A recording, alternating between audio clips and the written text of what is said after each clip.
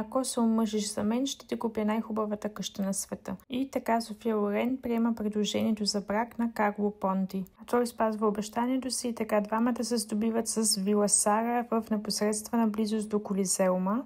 Тя представлява барокова резиденция от 16 век, която започват да реставрират през 1960 година. Тази вила се намира в парк от 15 000 квадратни метра, вътре има 50 стаи, включително киносалон и арт-галерия. Изкуството е навсякъде, в прекрасните фрески, огромните полеи, уникалните дизайнерски елементи, цялото обзавеждане изпипано до най-малкия детайл. През 1964 година прочутият фотограф Алфред Айзенщат получава възможността да посети легендарната актриса в разкошния дом в Рим и повечето снимки, които виждате, са направени от него. На тях се вижда и на пръв поглед обикновен басейн, но всъщност е изцяло направен от мрамор и се намира по средата между вилата и къщата за гости.